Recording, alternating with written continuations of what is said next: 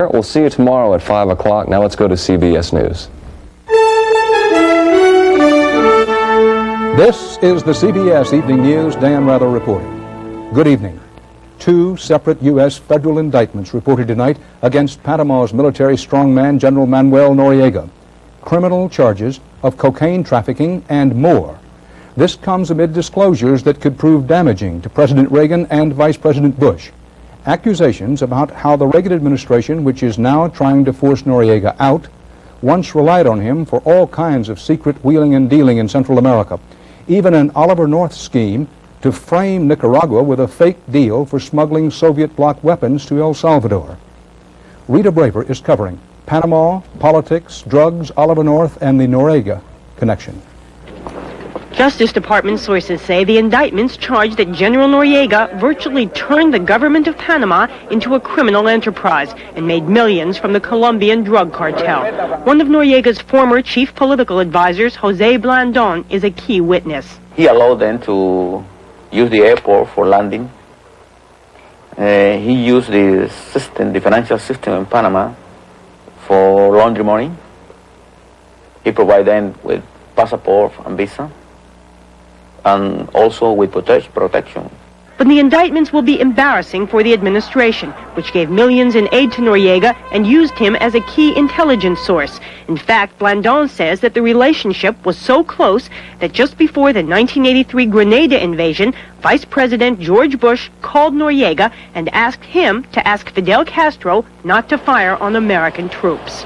So what you're saying is that because George Bush called Noriega put the fix in with Fidel not to attack the American forces in Grenada. We made arrangements. And yet, most Americans believed that the Cubans just backed off all by themselves because they were afraid of the American might. That's not true. Bush today called the story a total fabrication, and other officials point out that, at least at first, the Cubans in Grenada did fight back. And there are other allegations against Noriega. Blandon says the general got rich by selling guns, information, and access to almost everyone. How has he managed to pull this out? Well, because Noriega is a businessman, and he supports the Contra, and he supports Sandinista. Blandon also charges that Noriega and former National Security Advisor Oliver North negotiated a secret agreement to train Contras in Panama, and that North also got Noriega to arrange a shipment of East German arms to El Salvador that could be falsely linked to the Sandinistas in an effort to embarrass them. North had no comment, neither did the White House. But next week, the Senate Foreign Relations Committee will begin investigating the administration's relationship with Noriega. Rita Braver, CBS News, Washington. In an interview with CBS News 60 Minutes correspondent Mike Wallace, General Noriega tonight denounced his reported indictment, calling it, and I quote, strictly a political act aimed at frightening me and other nationalistic Latin American leaders who dare to criticize the U.S., end quote. Noriega claimed he was being set up by, again quoting now, convicts looking for leniency. General Noriega has clung to power through more than 6 months of street protests and political infighting in Panama. But correspondent Terry Drinkwater reports tonight this is the rockiest test yet for the military strongman. He must go, he must go. The Panamanians chanting in the street in recent days have been unable to force Noriega from power. But what is happening in the United States might. The latest accusations have put this country on edge. Washington now badly wants Noriega out. But that wasn't always the case. When the strongman was amassing power, Noriega built an army with U.S. blessing to defend the strategic Panama Canal. But critics charge it has now been turned into a force used in part to protect narcotics dealers. He also employs his military, special units called the Dobermans, to minimize domestic protest against his regime. There is organized opposition, but its leaders stop short of calling for violence. Do we have to go into a revolution to then find a solution? And we deserve to find a peaceful solution. We want that. We'll look for that. We hope it's not too late. Opposition leaders have been periodically jailed. The latest cheered on his release. Their umbrella organization, they call it a crusade, is made up largely of businessmen. Most believe the Panamanian economy is just weeks from bankruptcy. The poor are desperately poor. U.S. aid has been cut in an attempt to put pressure on Noriega. At the time of the worst rioting last year, the opposition papers were shut down, but the presses are rolling again, at least for now. The leading anti-Noriega paper says Panamanians must work for freedom and democracy, but first for justice. Today, is there any? Justice? No, sir. Freedom? Freedom, very much limited, and democracy is non-existent. Noriega's spokesman calls the narcotics and corruption charges preposterous, ridiculous. But this whole country today is tense. Terry Drinkwater, CBS News, Panama City. In Washington and in Nicaragua today, there were no celebrations. All sides were trying to come up with their next moves following the defeat last night of President Reagan's bid for more money for Contra aid, including more weapons. Democrats in Congress were working on a new package of strictly humanitarian aid to sustain the Contras while peace talks continue. White House officials said Mr. Reagan has not decided on a new strategy, but he made it clear that he is not giving up. White House correspondent Bill Plant reports. Attending a prayer breakfast the morning after the defeat of his Contra aid program, President Reagan was quick to suggest that he still isn't ready to take no for an answer. President, what are you going to do about the Contras, sir? His spokesman described the president as deeply disappointed and accused the House of deserting the Contras. He believes this action undercuts the efforts of those brave men and women at a critical juncture in the Central American peace process. The communist regime in Managua should not interpret the House's action as a signal permitting a reversal in steps taken towards fulfillment of the commitments made under the Guatemala Accords. The White House says that if the peace process breaks down, it is likely to ask for still more military aid for the Contras. But congressional opponents could easily sidetrack any proposal. The administration will also look at the Democratic proposal for strictly humanitarian aid, but officials say they doubt it will be anything they can support. Meanwhile, even though the House vote killed the president's Contra aid proposal, the Senate went ahead with debate on the plan. Its vote is meaningless, but forces the senators to take a stand. Some Democrats say Mr. Reagan himself caused yesterday's defeat by demanding military aid. Instead, he stubbornly insisted on a symbolic, lethal assistance that he had to know Congress would defeat. It was almost as if he wanted to lose. So what now? First, see if the Sandinistas stick with the peace process. As for more aid, spokesman Fitzwater says that the White House hasn't forgotten Iran-Contra and promises categorically no aid from third countries or private sources. So whatever the Contras do get will have to come from Congress. Bill Plant, CBS News, the White House. Nicaraguan President Daniel Ortega said the defeat of Contra aid was, quote, a vote of hope for his country, but he said peace won't come until President Reagan changes his policy of aggression, and that, said Ortega, would be a miracle. Correspondent Juan Vasquez has the full reaction from Managua. The news hit the streets early in the morning. A defeat for Reagan, government newspapers crowed, but President Daniel Ortega wasn't quite ready to proclaim victory. The vote of the Congress does not mean the end of the war. President Reagan is still trying to find other ways to keep the war going. Ortega's message is that the government wants peace and is willing to make some concessions, but not at the expense of the revolution, a revolution that still keeps his countrymen divided. Some Nicaraguans, desperate for good news amid the hardship, called the congressional vote a ray of hope. I can't say if this will end the war, but it's a beginning, a chance for peace. It's very important for peace. They didn't have public support. They were killing women and children. But elsewhere, there was disappointment, even bitterness. We were counting on you to support the Contras, to liberate us from communism. Suddenly, the opposition feels powerless and sees bad times ahead. I feel that the Sandinistas won't pay any attention what a civic opposition want to demand or whatever. It would be beautiful if they cut both sides, the military aid, but not just one side. Around the capital today, there were the customary pro-government marches by Sandinista supporters at the U.S. Embassy, down the street by a union of revolutionary teachers.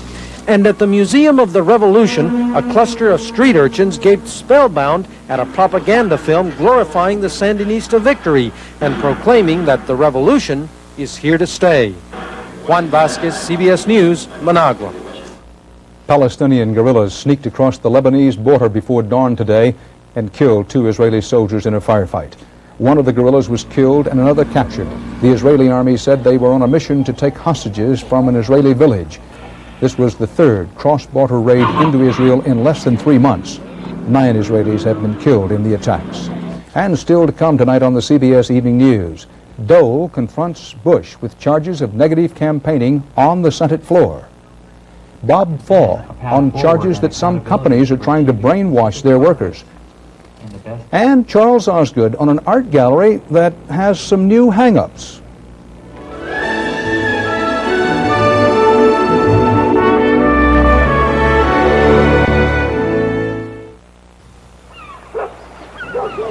I get up early to capture the morning light, but sometimes my arthritis pain catches me first.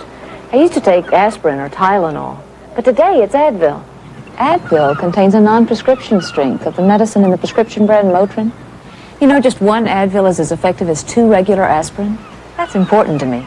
And Advil didn't upset my stomach. It gives me hours of relief from minor arthritis pain.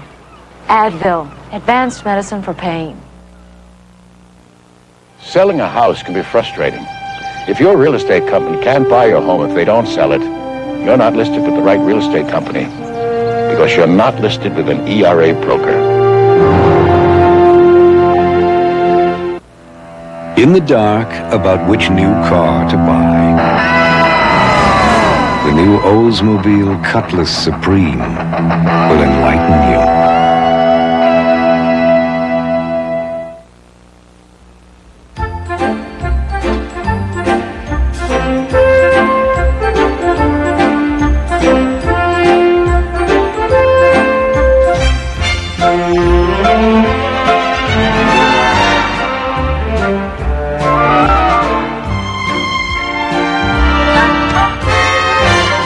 On those cold wintry mornings, hot Nestle Quick made with real milk, 'cause a little warmth goes a long way. Senator Bob Dole went to the top today in reacting to negative campaign tactics and a series of leaks and attacks on him by the Bush campaign, reacting right on Capitol Hill and right to George Bush's face. Phil Jones reports on Dole and Bush face-to-face in the Senate. A new law on campaigning by George Bush. Republican presidential warfare spread from the Iowa trenches to the chamber of the U.S. Senate today. Senator Dole headed back to Washington for a vote, waving a George Bush campaign release of yesterday, raising legal questions about Dole's wife's trust fund, and referring to Dole as a man with a record of cronyism and a history of mean-spiritedness. Yeah, I hope he's there, because I'd like to confront him personally. Indeed, the vice president was also back in Washington for the Senate vote, and when the vice president came to the Senate chamber, Dole was waiting. Away from the Senate cameras, an irate Dole confronted the vice president, waving the Bush campaign release in his face. Wanted the vice president to tell me man to man that he had authorized it. And he said he authorized it, but he said he hadn't read it. So I gave him a copy. I think he ought to read it. What did he say? Well, he said, "You've been saying these things, your people." And I said, "Who?" And he said, let me have them. And we are running for president, not some low-level office. This is President of the United States. We ought to conduct ourselves accordingly. And my people should, and his people should. In response to Dole's complaining, the Iowa Bush campaign chairman issued a second release, stating that Dole's angry response to charges of cronyism and mean-spiritedness are not pathetic, but prophetic. That Iowa Republicans know the same man who virtually brought down the Republican ticket in 1976 to defeat may be positioning himself to do the same thing in 1988. This Republican family feud shows no signs of abating, but at least they'll soon be back in Iowa fighting instead of the Senate, which prides itself in being the world's greatest deliberative body. But it certainly has livened up an otherwise dull Senate debate on Contra aid. Phil Jones, CBS News, Capitol Hill. Among Democratic hopefuls, the tactics vary, but the idea now is to be seen somehow as building, not fading, before Monday's Iowa caucuses. It's tricky, what with Michael Dukakis and Paul Simon seemingly bunched up front, right behind Richard Gephardt. Our chief political correspondent, Bruce Morton, is tracking how the Simon and Dukakis campaigns are adjusting their messages and hoping to score. Roughly 1,000 people turned out for Paul Simon at the University of Iowa, and the crowded room rocked with cheers. In fact, the candidate, by the time he reached the stage, actually seemed to be blushing. His staff loved the reception, but not the candidate's speech. What you ought to be looking for is someone... Simon's staff keeps urging him to attack Richard Gephardt, who's thought to be ahead here. Simon himself doesn't attack, but his campaign is using a negative radio ad. Iowa Democrats say that's the first one ever in the history of these caucuses. When you're judging the candidates, don't just listen to what they say they'll do, look at what they've done. Dick Gephardt voted for the 1980 grain embargo. Paul Simon voted against it. Gephardt supporters counterattacked. Let the Republicans behave like pit bulls, Senator Simon. We Democrats are trying to pick a president. Massachusetts Governor Michael Dukakis seems to be the other strong runner here. His problem, some say, is a passion gap. I think the problem is that Michael Dukakis doesn't really have a populist bone in his body. He's very much a sort of establishment Democrat. I hope, if I'm President of the United States, Mr. Dukakis' TV ads fight that by showing him compassionate over issues like homelessness. And the staff got him to take off his coat the other day, though he still shoots baskets wearing a tie. The Simon and Dukakis campaigns both say Gephardt is ahead here, that they are fighting for second. But they both also think that Gephardt could falter and that they could win. I was just checking to see that you're still going to the caucus on February 8th. Phone banks are churning all over town. The Simon campaign says being endorsed by the Des Moines Register has helped him. And finally, if you believe in signs and portents, meet Simon the cat, the Simon headquarters mascot. Simon ran away a couple of weeks ago and the campaign slumped. He came back just before the Register endorsed Simon, and staffers say things picked up. They're trying hard to make sure he doesn't run away again. Bruce Morton, CBS News, Des Moines. Amid all the election year talk about the federal budget mess, the Congressional Budget Office today forecast that the federal deficit would soar, could soar is the important word, to $176 billion next year. That would be billions higher than the rosier forecast from the Reagan White House.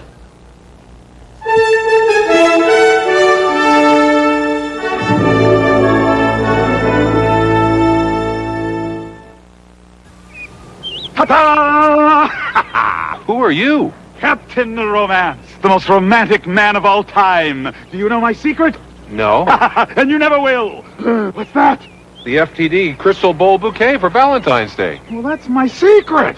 That's no secret. Look at that beautiful crystal bowl. With lovely frosted hearts and flowers. Yes. So anyone can be Captain Romance. The Crystal Bowl Bouquet. Ask your florist to send it FTD. If you're concerned about heart disease and your doctor advises exercise, the right foods, and an aspirin a day, you should know that heart specialists recommend Ecotrin more than Bayer when they're concerned about aspirin irritation because it's safety coated. Ecotrin, the one heart specialists recommend. Are you sure you've made the right decision? Yeah, Mom. Don't you think you're going too fast? Is it supposed to go slow? It's a beautiful home, Kate. But can you afford it? Bob's got it under control. Bob? Coldwell Banker. And the money? Coldwell Banker got us the financing, too. Just trying to be helpful. And give me that rock. Coldwell Banker. Expect the best. My doctor said Citracel is just as effective as Metamucil, but it tastes great. Look, Metamucil's gritty, so it won't all go through the strainer. Citracel's special fiber pours right through. Citracel, great taste, no grit. The Labor Department today reported that productivity by the nation's non-farm businesses rose only 0.8% last year. That is just 1/2 the efficiency improvement measured in 1986. Productivity is one key to success in the high-tech future of the whole world economy. And American industry is in a desperate race now to compete in that future. Some critics charge that some businesses are turning to mind-bending techniques, something akin to brainwashing, as they confront the brave new world. Bob Fall has been looking into this. That is the ability to differentiate thinking and generate actions in regard to effectively managing variances. The language they use might seem like mumbo-jumbo. Ways of mechanizing outside of the current force management system. The claims might seem fantastic. Entire cities are embracing our form of education in attitude and perceptive change. I'm absolutely convinced that this is one of the best things we've ever spent our money on. Pacific Bell, Jennifer, may I help you? Across America, businesses and governmental agencies are spending record sums for motivational companies to improve the morale and performance of employees. The stages of the concentration process. But the critics insist there is more Jim Jones here than Dale Carnegie, that the courses come dangerously close to brainwashing. Every piece of work that is done this year to improve the organization is done to continuously build more. That's very different from saying, come on, people, give it your most. They weren't being told to give it their most. They were being told to change their lives. That's very different. The techniques that some of these training programs use are the same techniques that certain religious cults use to gain adherence. I'd never felt anything so evil or satanic in my whole life. The question raised at workplaces here and elsewhere is just how far employers can go to make employees change the way they think about themselves, their jobs, the world. It is, say employers, a matter of getting employees to reach their full potential, but to some employees, it is a matter of coercion. In Atlanta, produce worker Abdi Muhammad says he got fired because he wouldn't go to a motivational seminar scheduled by his boss. This dismissal notice says Frank Marcingill got dumped for the same reason.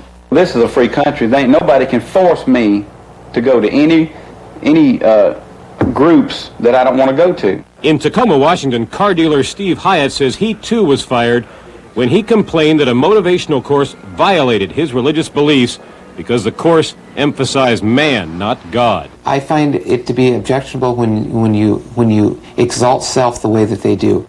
Good morning, Pacific Institute. Hyatt's complaint is against one of America's foremost motivational gurus. When you do business with the Pacific Institute, you are getting the most effective video-based education available anywhere. The world's leading educator, Lou Tice. That's ex-high school football coach Lou Tice, who now pulls down $8,000 every lecture. It's the quality of your thinking presently that determines the quality of your life. We can help you help yourselves. Don't scoff. Fortune 500 companies are beating a path to Lou Tice's door. His sales last year totaled $20 million. When people get through, if we do a good job, they feel, why in the dickens did we pay you for that? So it really is just good old common sense. Atlanta workers fired because they refused motivational training are now suing, charging religious discrimination, which is what Steve Hyatt alleges against Lou Tice. Oh, that's entirely false. You are not in any way trying to mold the person you're training. Not at all. You're talking about a deeper understanding of what? Still, the critics argue that too many businesses are being taken for a ride, and that along the way, too many employees are being hurt. It is not appropriate for the corporation to be in the business of converting people to a way of perceiving reality. Any program that manipulates a person's psyche is objectionable even if it works. Training may be trendy, but education, such as we offer, is lasting. The hustle then for the corporate and governmental dollar goes on, and with it the debate. Where does the right of the employee end and the employer begin? So that every piece of work that is done this year to improve the organization. Bob Fall, CBS News, Seattle.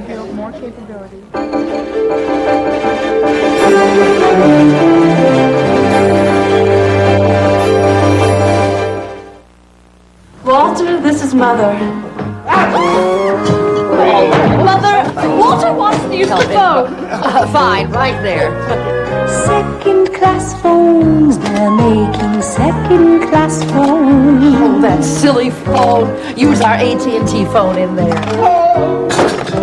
For phones that work like phones are supposed to work, stick with the first-class phones of AT&T. It's okay. It works. Finally, there's an extra-strength antacid that doesn't taste chalky.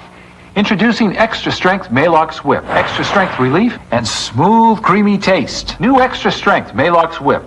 Extra strength whipped in, chalky taste wiped out. My wife, every night she disappears into the bathroom. Who knows what's going on? But whatever it is, it makes her feel really good.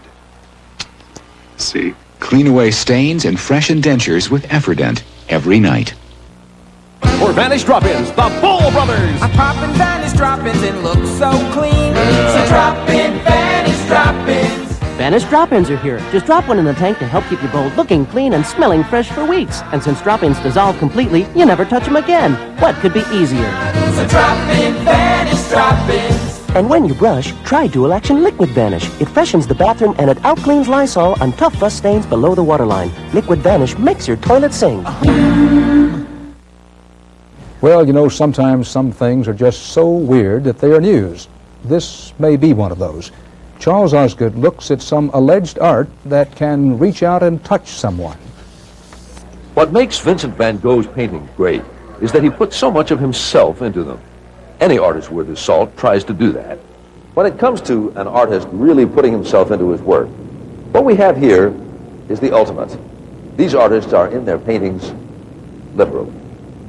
Currently hanging on the wall here at the New Museum of Contemporary Art in New York are three Englishmen. James Malloy is the red one on the left. Dale Devereux Barker is the blue one on the right.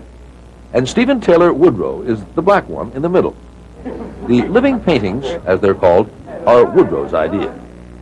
He decided that the people shouldn't just look at the art, that the art should look back at the people and interact. Sometimes it's just a handshake. Sometimes it's more than that.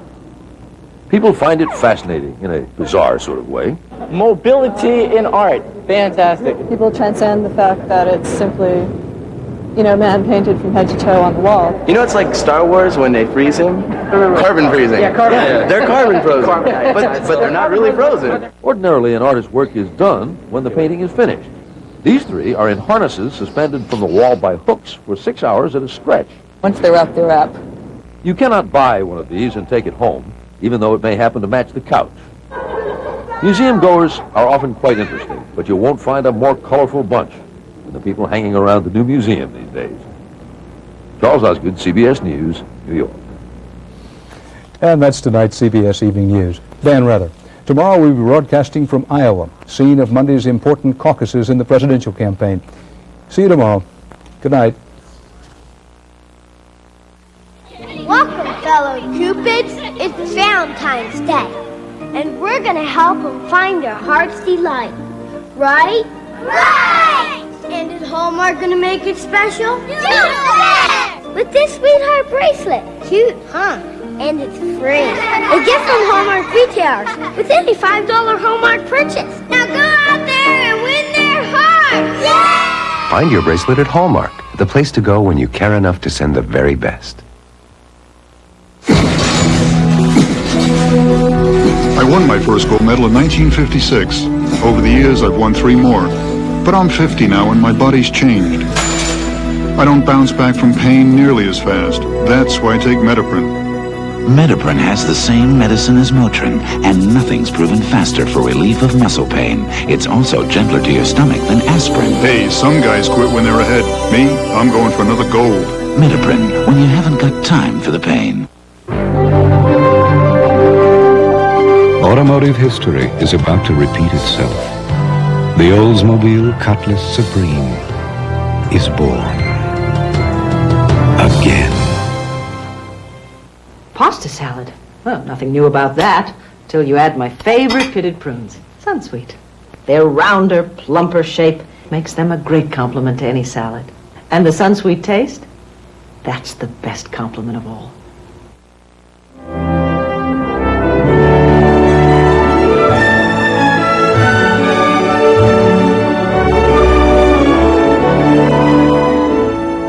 This is CBS.